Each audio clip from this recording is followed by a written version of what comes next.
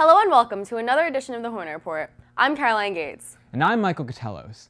It's been a while since we've last been in the studio, but in the words of Drake, the past behind me like a ponytail, and we're ready to give you all the new updates about what's been going on at HHS.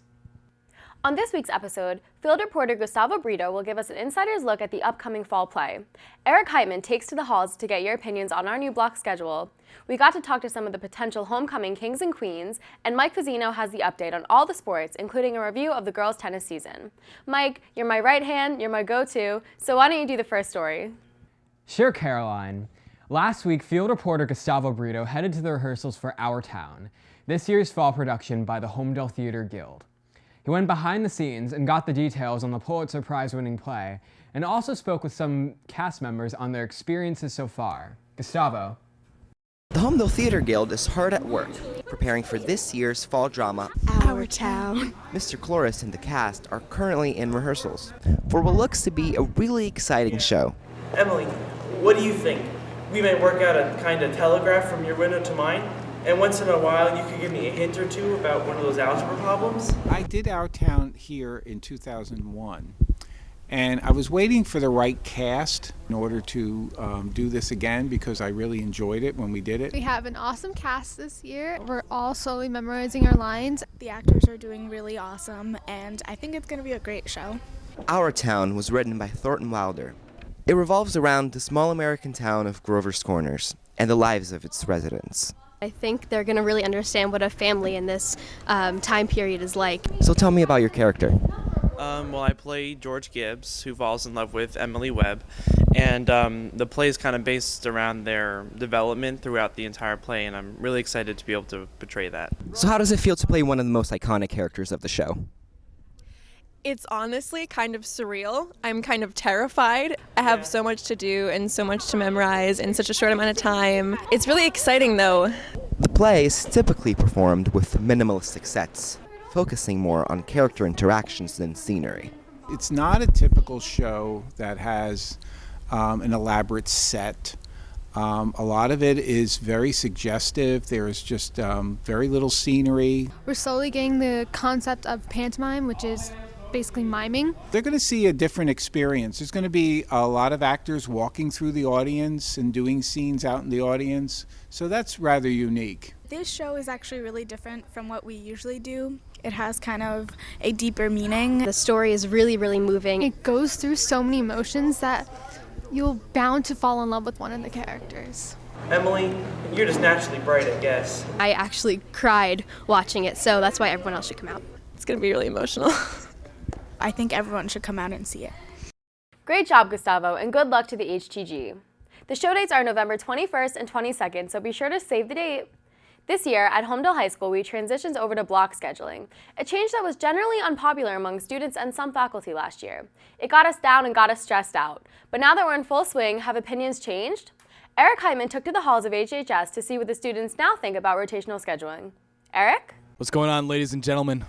It's Eric Heitman back on the Hornet Report. During my leave of absence, I learned a lot about myself and a lot about this school. But one of these things I didn't learn about this new schedule. I wanted to get everyone else's opinion on the matter. Let's go. All right. So, Peter. Okay. Yeah. What do you think of block scheduling? I mean, it's all right. I only had 2 real classes today, so that's pretty cool. Since you're a freshman, I was kind of curious about how the block scheduling has affected you in any way. It hasn't really affected me all that much, aside from not having certain classes on days, which is really good. I think there's some positive and negatives, just like for everything. But the positive that I really love is coming in late for the study hall, get a little extra sleep. I also feel like it spreads out the homework over a couple days, so it's a little easier in terms of that. I have this. It's conveniently stored in my pocket. Let me just get my trench coat. Are you serious? Oh my God, it's happening. All right, so I just want to let you know, I'm the real reporter here, and you're my disciple, all right? Yeah, that's why you got the smaller microphone, just because of that, all right? I don't really like that clubs are during lunch, because trying to eat and go to a club, or if you have lab day that day, you know, that's just going to complicate the whole issue. So, I think it's a positive, but there are some drawbacks, like anything. What do you think of the block scheduling? I'm sorry? What do you want? What do you think of block scheduling? It's not a spicy meme. Here, wait. It's not a spicy meme, you know? True, I can have like free time to do anything I want, but I'd rather spend my time in an elective or something. It's very confusing. You know, How's it confusing? Every day it switches, and every week it switches. I wish it was just every day, but every week, you know, it's kind of crazy. You hate the camera? I do hate the camera.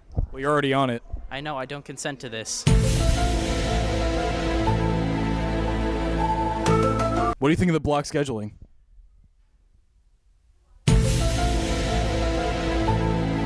Excuse me, sir. Sir. What do you think of the block scheduling?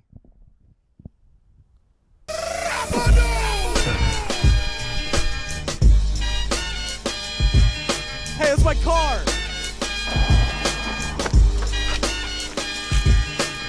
Your time is up, my time is now. You can't see me, my time is now. It's the franchise where I'm shining now. You can't see me, my time is now.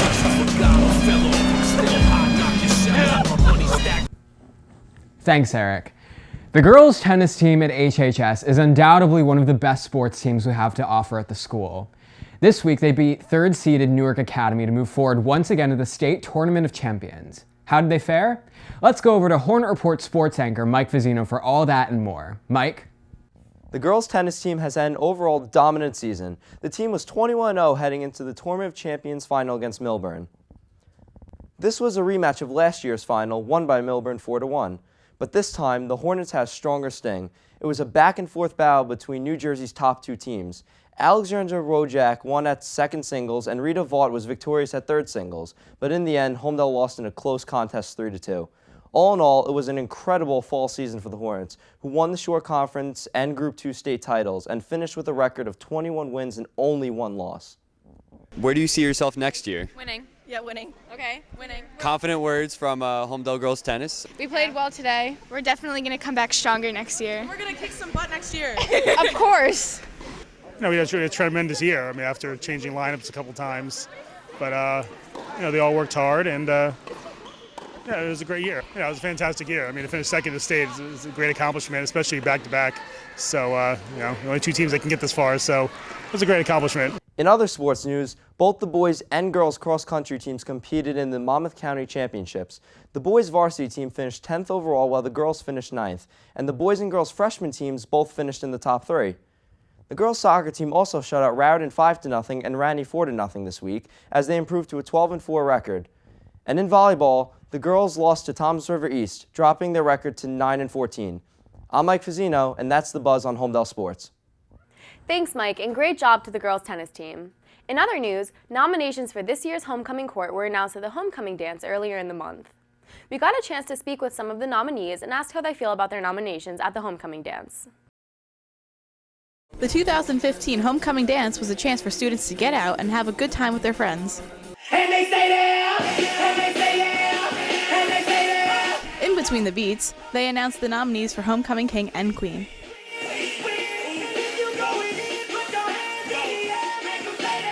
Sean, how does it feel to be nominated for homecoming?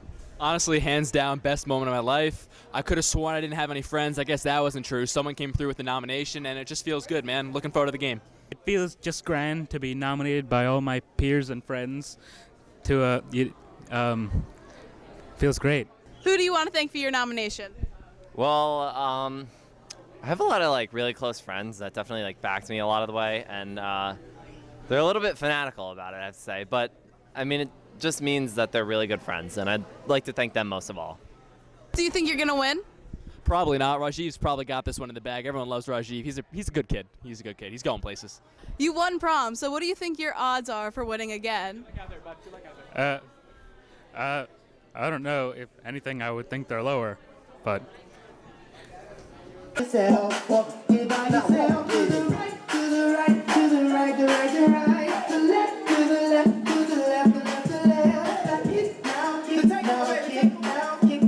I would just like to thank everyone who nominated me, and good luck to everyone nominated. Like, really, I think all of us are qualified, and I really hope whoever wins, they completely deserve it. And so good luck. It's just an honor to be nominated, and I'm glad to represent the class of 2016. So thanks for voting. So Sarah, how does it feel to be nominated for homecoming court?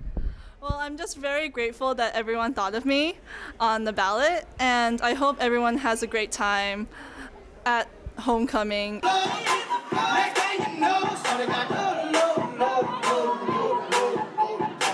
The winners of Homecoming King and Queen were revealed at the Pink Out game on Friday, October 23rd. Be sure to show your undying support for the new school royalty. Well, that's all we have for this week's episode. I'm Michael Koutelos. And I'm Caroline Gates. Be sure to join us next time where, as always, we'll bring you the week's best at HHS.